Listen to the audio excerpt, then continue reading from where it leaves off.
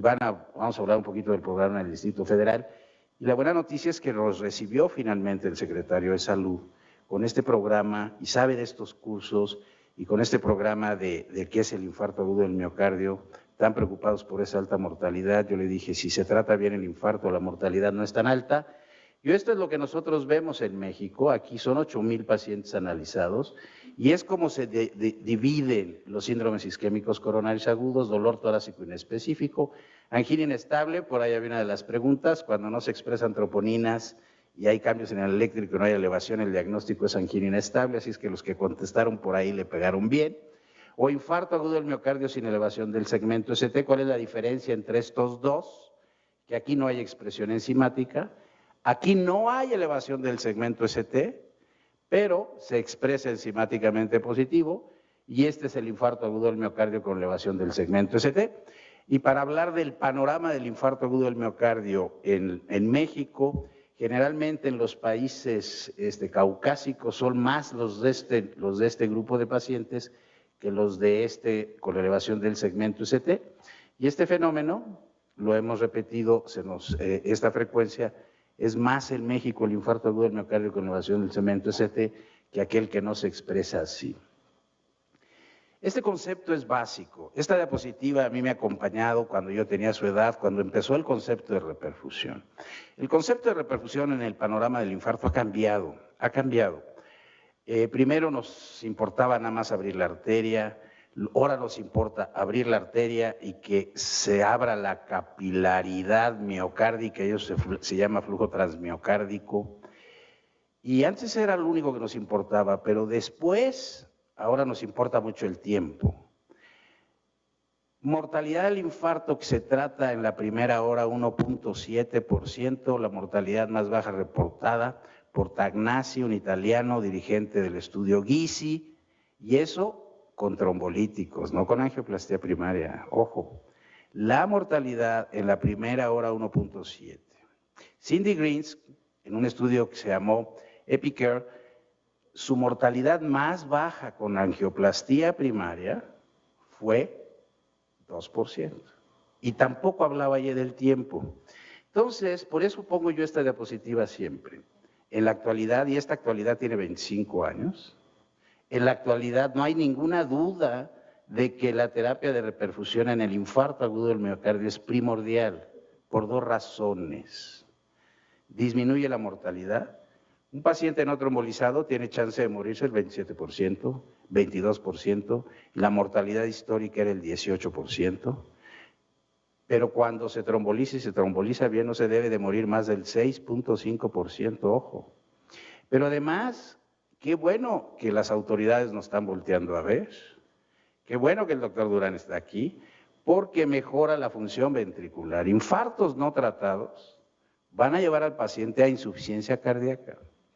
La insuficiencia cardíaca, creo que estamos en el mes del cáncer de mama, ¿no? Igual fue el mes pasado, no me acuerdo. Pero bueno, este mes, ¿va? Para el cáncer de mama, para el SIDA, para el cáncer cervicuterino, hay campañas tremendas, tremendas. Y qué bueno, pero para la enfermedad aterosclerosa del corazón, 0 campañas.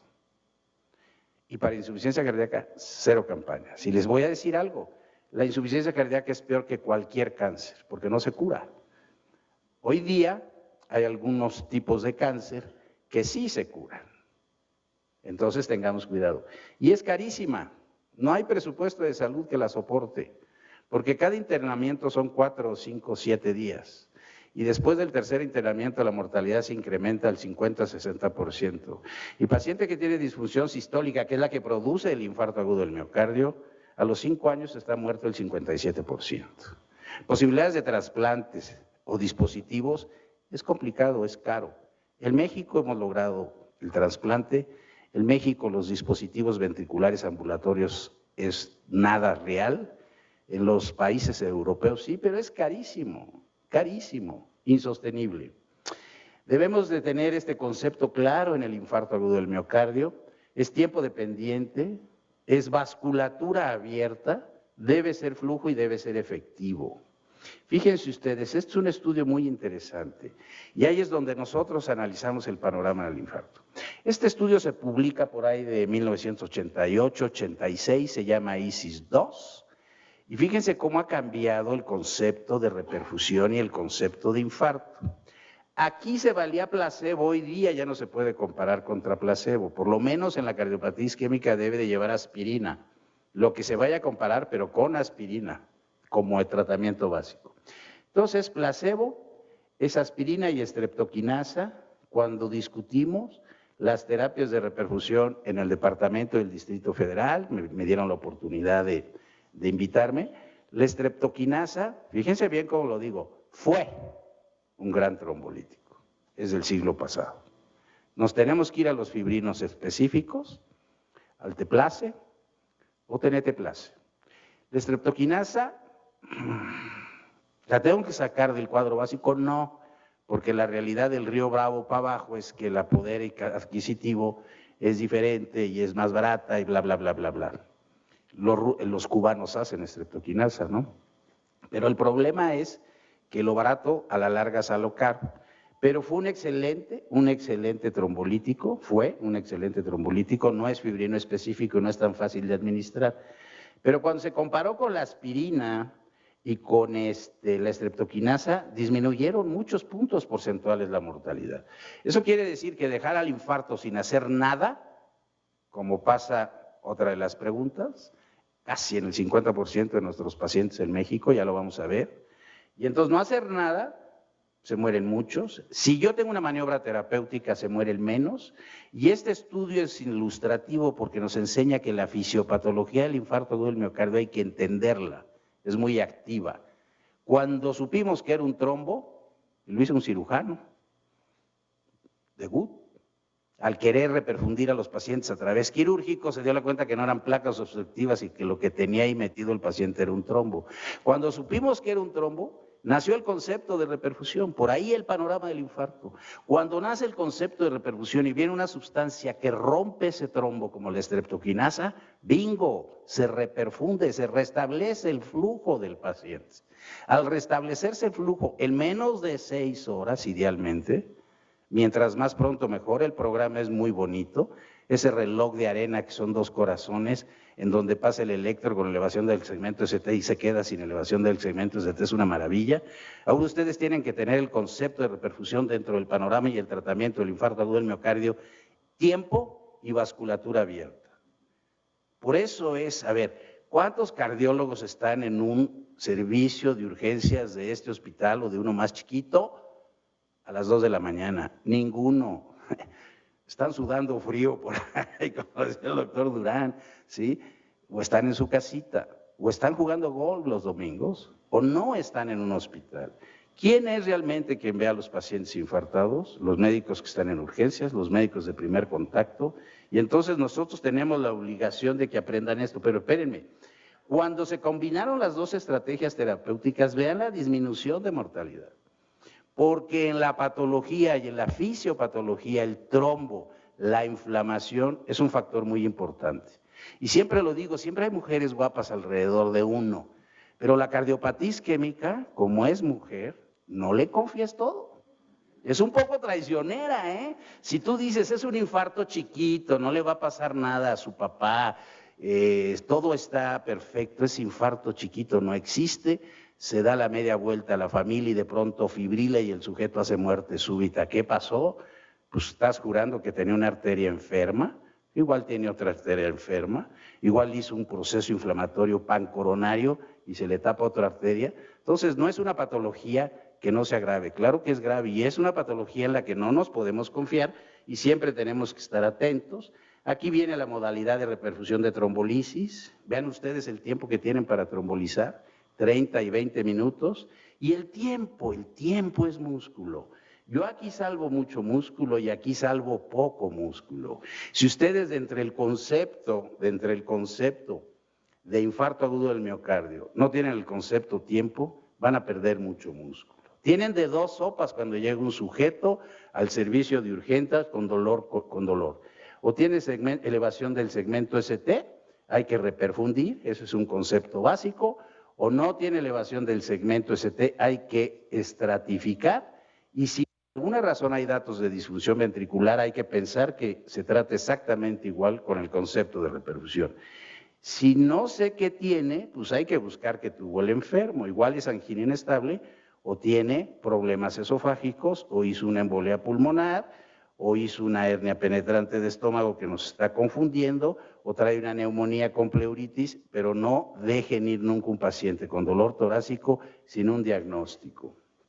Vean ustedes, nosotros un estudio que hicimos hace muchos años, que no depende, esto es lo que ustedes deben de conocer como médicos, que no depende del hospital, el tiempo total de isquemia, depende de dos personas, del paciente, que diga me duele y me voy al hospital, y muy tristemente, del médico.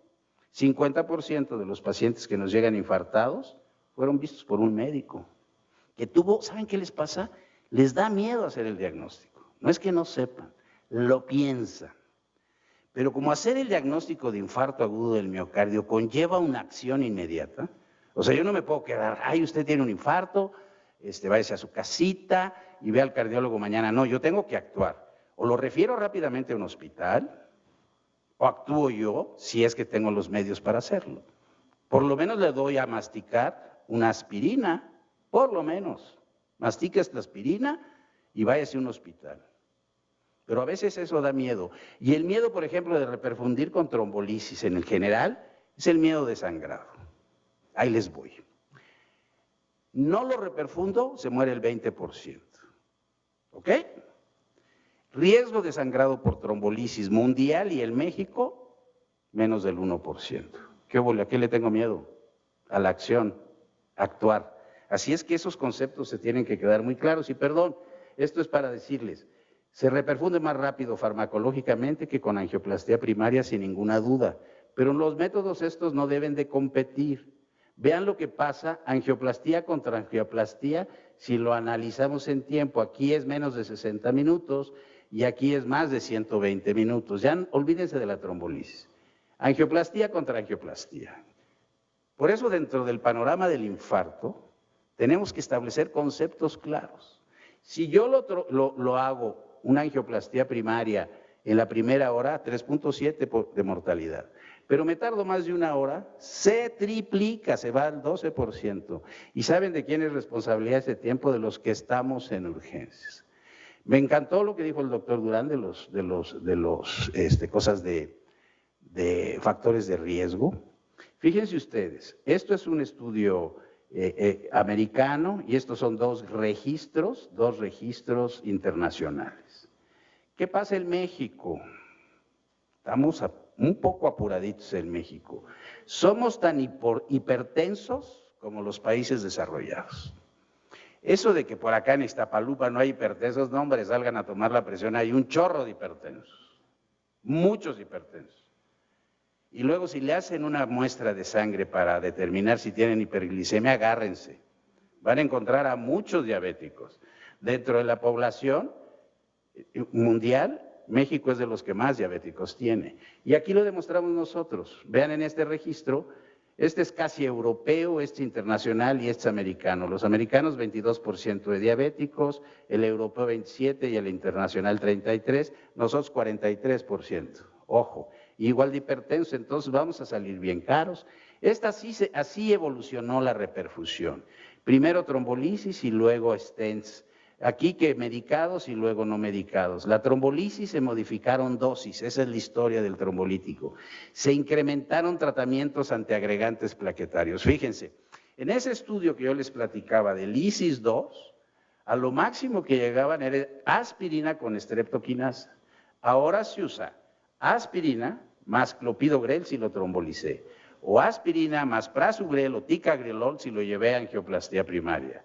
Y por lo menos tiene que tener terapia dual por un año o año y medio, si pusieron un stent medicado. Y si de pronto está por ahí Briceño, José Luis Briceño, que va a hablar después de mí, en la sala de urgencias no se conforma con darle prasugrel, ni con darle, si van a ir a angioplastía primaria, aspirina, sino que agrega 2B3A. Y si estuviera Héctor González, le da aspirina, heparina no fraccionada y 2B3A para verdaderamente asegurar que ese trombo se rompa y quede correcto.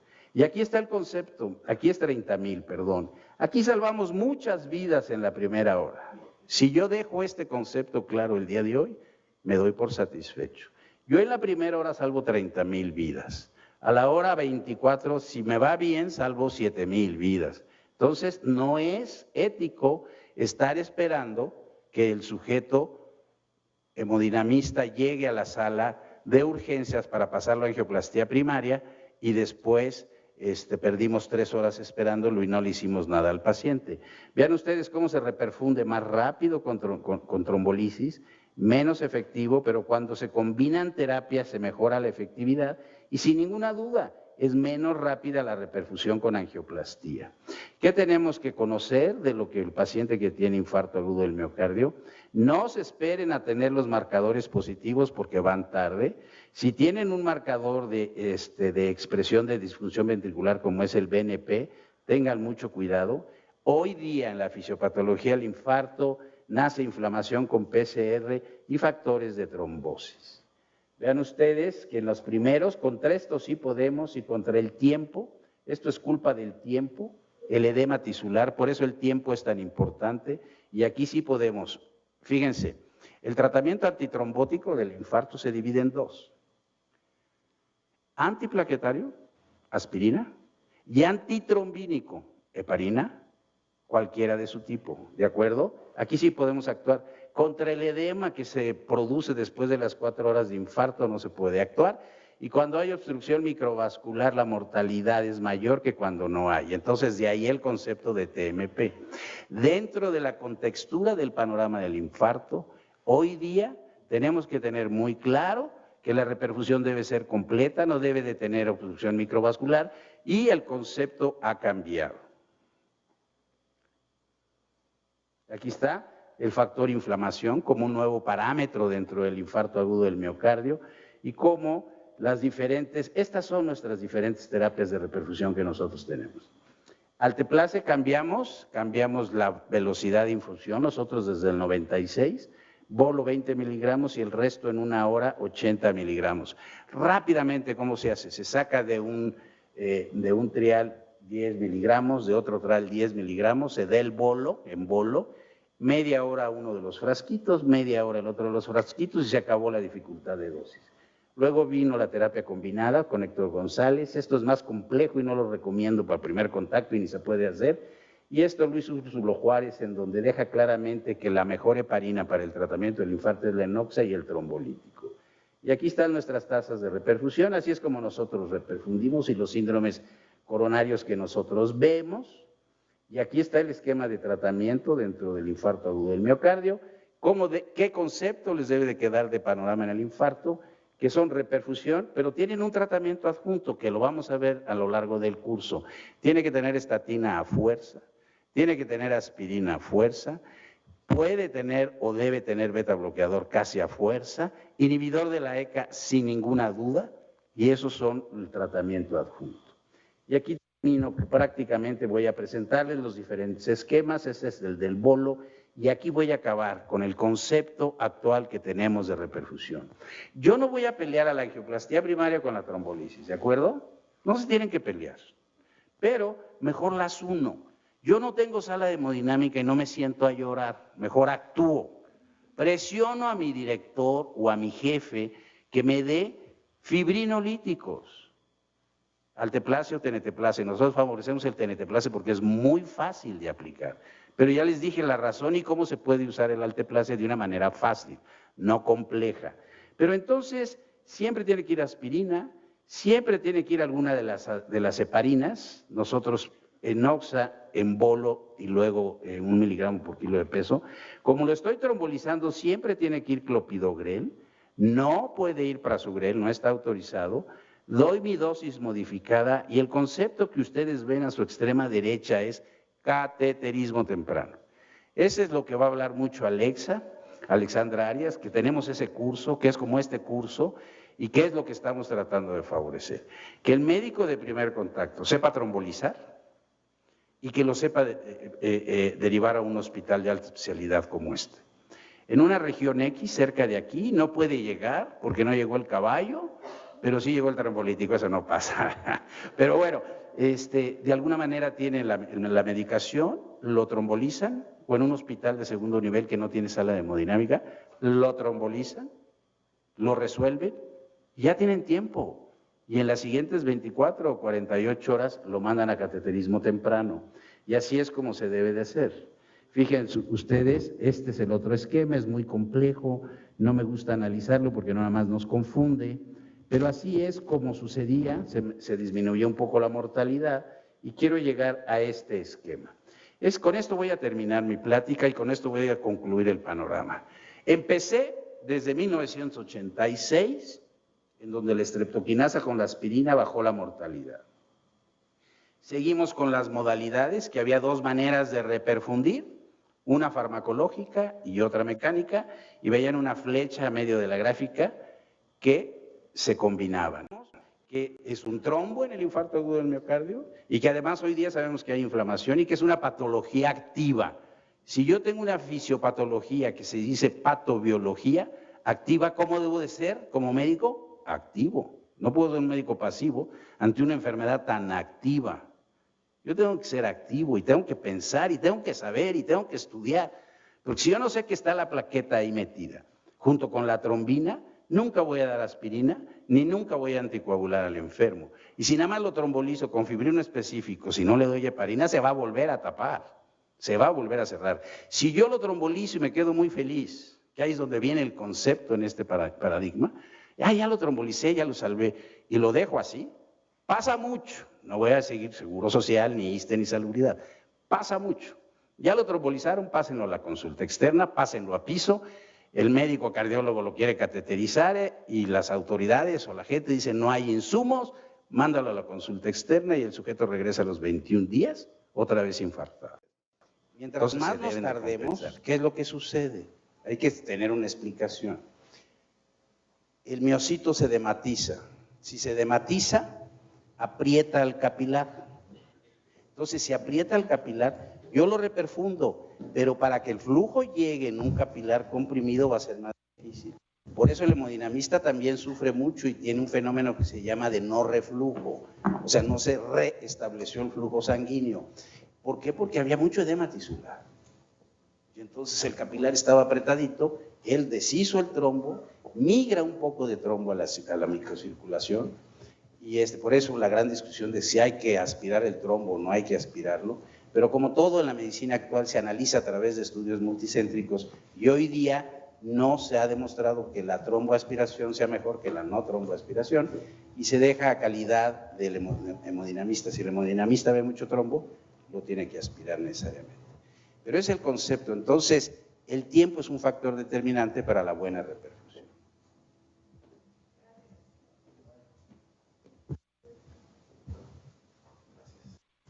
Doctor Martínez, muchas gracias por compartir su experiencia. Y en este sentido, de acuerdo a esa experiencia, ¿cómo está la situación en cuanto a edad y género? Tengo entendido que es mucho más a temprana edad, unos 10, 15 años antes que la frecuencia en la mujer. Tu pregunta es buenísima. A ver, en la mujer las cosas son diferentes. Todo es diferente con las mujeres. Hoy mi mujercita en la mañana, ¿a dónde vas? ¿A dónde vas? Pues no, que ibas a Guatemala. Bueno, en la tarde me voy a Guatemala. Sí, las mujeres son tremendamente bellas, digo yo. A ver, quédense claro. La principal causa de muerte en la mujer mexicana es enfermedad cardiovascular. Son más hipertensas, hacen menos ejercicio, como ahora son tan competitivas, fuman más que el hombre. Bueno, la cardiopatía isquémica, por ahí hay unas gráficas que dice, ¿es patología de hombre? No, yo lo analizo diferente. El 30% de las infartadas o de los infartados son mujeres. La mortalidad en el hombre, 7%. La mortalidad en la mujer, 11%. ¿Por qué? Porque son así. Tiempo puerta-balón en la mujer, 110 minutos. O sea, lo que te tardas en llevarla de la sala de urgencia a la sala de hemodinámica, en la mujer, en el mismo instituto. Estas son cifras de nosotros, 110 minutos. En el hombre 80. ¿Por qué? Mismos médicos. No sé. son confusas. Primero llevan al niño a la escuela y luego van al hospital. Son algo serio. Entonces, el dolor a veces no es tan característico. Y no les creemos mucho porque hay una cosa que se llama disfunción endotelial o síndrome X, que es más frecuente en la mujer. Realmente sí tienen isquemia, pero a la hora de hacer el cateterismo las arterias coronarias salen normales. Entonces el hemodinamista dice, ya ves, te dije que esta chava no tenía nada. No, no es cierto. Sí tiene isquemia, pero es funcional, es diferente. Sí, en género, las cosas en cardiopatía isquémica son peor en la mujer que en el hombre. Lo tienen que saber reconocer igual y se tienen que tratar exactamente igual. En la mujer hay que tener mucho cuidado con las dosis de heparina y del mismo trombolítico porque generalmente son de masa corporal más pequeñas. Y si nos pasamos de dosis sangran más. ¿Okay? Entonces sí existe una diferencia. La edad. Cada vez se presenta la cardiopatía isquémica en gente más joven, platicábamos hace ratito, si es muy joven es coco seguro, se inhaló coca, hay que tener mucho, ¿de acuerdo? Entonces si el sujeto de mayor edad es difícil, tiene mayor mortalidad, pero se puede reperfundir farmacológicamente modificando dosis de aspirina, no usen la carga de 300 miligramos de clopidogrel, no usen la carga de 300 y tantos de aspirina, no váyanse con dosis chiquitas. Si se ahorran la enoxeparina van bien y usen heparina no fraccionada y si lo pueden llevar a sala de hemodinámica pronto, llévenlo a la sala de hemodinámica. Pero sí se tienen que tratar. Y lo de más joven es cierto, pero la edad media en México es 60, 62 años todavía. Claro que ahí le pones más o menos 12, ¿no? Entonces, sí, cada vez vemos sujetos más jóvenes que se infartan, pero el problema real está en 3 a tasa 50, 60. El problema es que es la edad más productiva. Entonces es una patología que pega mucho a la producción. Muchas gracias, doctor.